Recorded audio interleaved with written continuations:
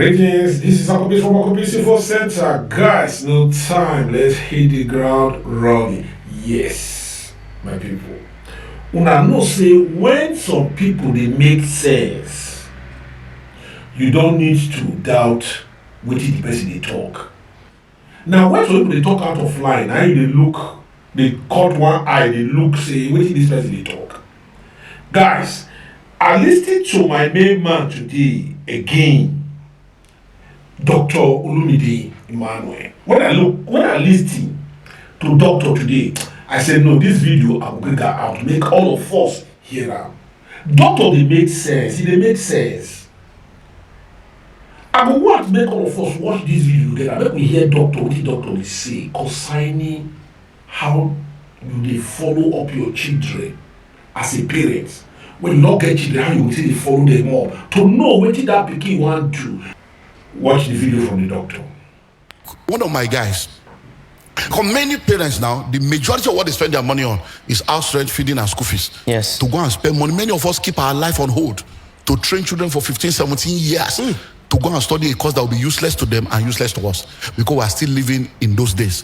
So many of these courses, they are no more relevant. So go to school to study a course that will solve today and tomorrow's problem. Not yesterday's problem. Because with the advent of AI, fourth industrial revolution, animatics, robotics, 3D printing, forget it all. All these courses you are studying is useless. So if you say you are doing medical doctor, medicine is expiring. Right now, medicine has expired up to 70%. We are 30% of medicine because there is nothing you want to do in medicine that AI cannot do, that machine cannot do, that robots cannot do. So if you are going to study medicine now, you are wasting your life away. And people are still starting now, they are entering school year one to go and do 7 years and they will spend 50,000, 100,000. They will spend money, dollar, borrow money, student loan for the next 15 years. Now, why am I saying don't do that? Because the need are limited. So if we used to need 2 billion doctors, now we need 500,000. Just using that as a statistic. So the need is now reduced, and if all of you are rushing there, you will have nothing to do. So go and do my research. Fact check this. Majority of people now have master's degree that they are not using. Yes. Why? Because by the time they finish school, no job. Oh yeah, Kuku will master, Child will master, they'll do master. By the time they now want to get a job, they will now use the BSc to go and get a job because they can't get a job. So there are a lot of people with masters now working with the lower degree. What is all that? You are a master over nothing. Why? Because schools don't teach you financial intelligence. So everybody's going to school. When you now finish the school, you now want to look for a job. Who should now create the job? That so you are any looking education for. that is not teaching you how to become a job creator is a useless education. Any education that is not equipping you to begin to earn and add value to the environment is a expired education. So we're not saying don't go to school, get us right. But we're saying if you are going to go to school, the way the creator intended it is everybody is born with gift, talent, and potential. Everything that the spider needs to spin a web is inside the spider. Your gold is tied to your gift. Your treasure is tied to your talent. Your profit is tied to your potential. So the way you're supposed to do is discover what you have, then you now go and train to develop what you have. Then you deploy it. So if you know people have studied medicine that are now fashion designer. People have studied architecture that are now cooks. So if you know you are a cook, once you have discovered that it's cooking, go to cooking school straight, spend 1 year and start selling. Some that have even studied a particular course have also been able to use modern means now to reach out to people and teach. For example, Aproko Doctor is a very good example. You know, he's using social media as a viable tool to reach out and teach people. But I also want to ask, it would appear like, you know, it is a system that is in place, like what you have said, to make people go in a certain direction. But before we go there, sorry, he said something that when you realize what it is that you have inside, learn, go and study that. Now, how do people realize that thing that they have? Because I've had this question asked so many times. How do I know my gifts? Organic, you know you can act, you know you can present, you know you can do this. How do I know mine? So how would you say that they can find out what gifts they have so that they can hone it more? Let me run through that. Coincidentally, the answer is actually in the School of Money book, Things with the Board. But you see, number one, that's where parenting starts from. Unfortunately, we have a lot of children are getting married to children, dysfunctional man getting married to dysfunctional woman, starting dysfunctional marriages, raising dysfunctional children. And that's why we have a dysfunctional society. Normally, it is the parents' job to identify. You don't have children. God gives you children to be a steward over them. Part of what you steward is to steal. Children are arrows Arrow does not fly. Arrow cannot do anything. You are the bow, they are the arrow. So when God gives you an arrow, you are supposed to now shoot them. The more you pull them back, the more they can go further. So you are supposed to look at it. I think this girl likes this. So many people have discovered that their daughter likes dancing and acting. Never, my daughter dancer, no, she must be medical doctor. They now divert the destiny of their children. So it's when you identify, you start sending her to ballet school, start sending her to music school. But before you know it, by the time she's 16, she's already having her own business and she's doing what she needs to do. So it begins with parents identifying it. If parents don't identify it, then these are the things you need to look for. So if you are listening to me right now, number one, what do you love to do? What is that thing that you love doing it? That you just love it? What is that thing that if you are doing it, you don't get tired? It comes easy. It just comes easy. People will struggle. I've written over 100 books today. How did I know I was good at writing? It's this. I just love writing. And what is that thing that is so easy for you to do, but difficult for others to do? Because when I discovered this writing, I was in school in Polytechnic, and then when what they call this, is it literary debate or this press club or something? So they'll just say, write about this, submit next year. I say, one I just reach out, the next day, I say, this is just flow. Then I will hear people say, I have been trying to write a book for 3 years. I say, they have writer's block. I'm like, what's that? Me, where are they? I've written 8 books in 1 day before. This School of Money, I wrote it in 9 days. This one, I wrote it in 5 days. This book here, I just went to my house in London, sat down for 1 week, no sleeping, just, that's what I write.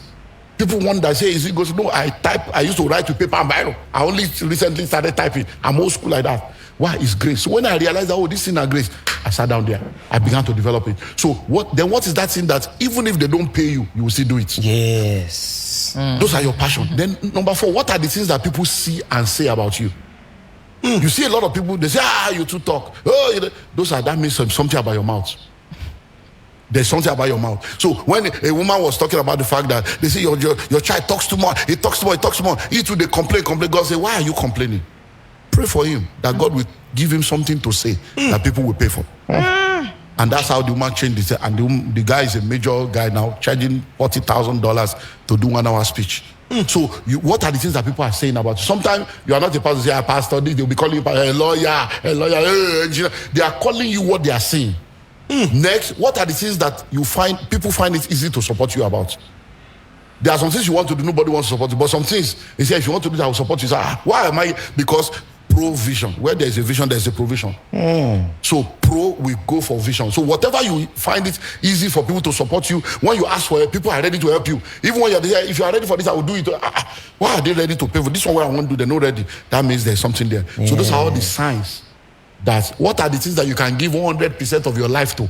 That if that's all you have to do, you do it. Those are the pointers to what your passion is. What are the experiences you have gone through that you have conquered? Because God always brings us out of a misery and create a ministry out of that misery. So most of the time, people that are into healing ministry, they have been sick before. People that are into prosperity ministry, they have been poor before. Most of the time, God brings you out to send you back to where he brought you out from, to go and set people free with the same freedom he has given you.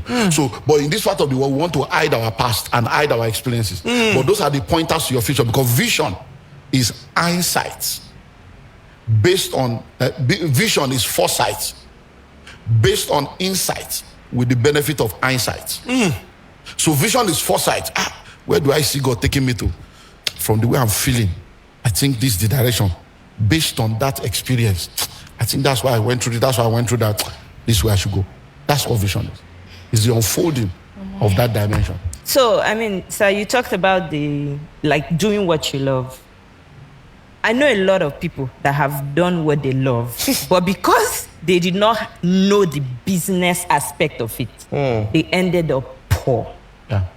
And I think that the business aspect of it also has to do with schooling, going to some sort of school. Not If you know, being educated. Being educated, yes. Being educated, going to some sort of, place where you get educated on the business aspect. A lot of people delve into what they love so much. I love to dance.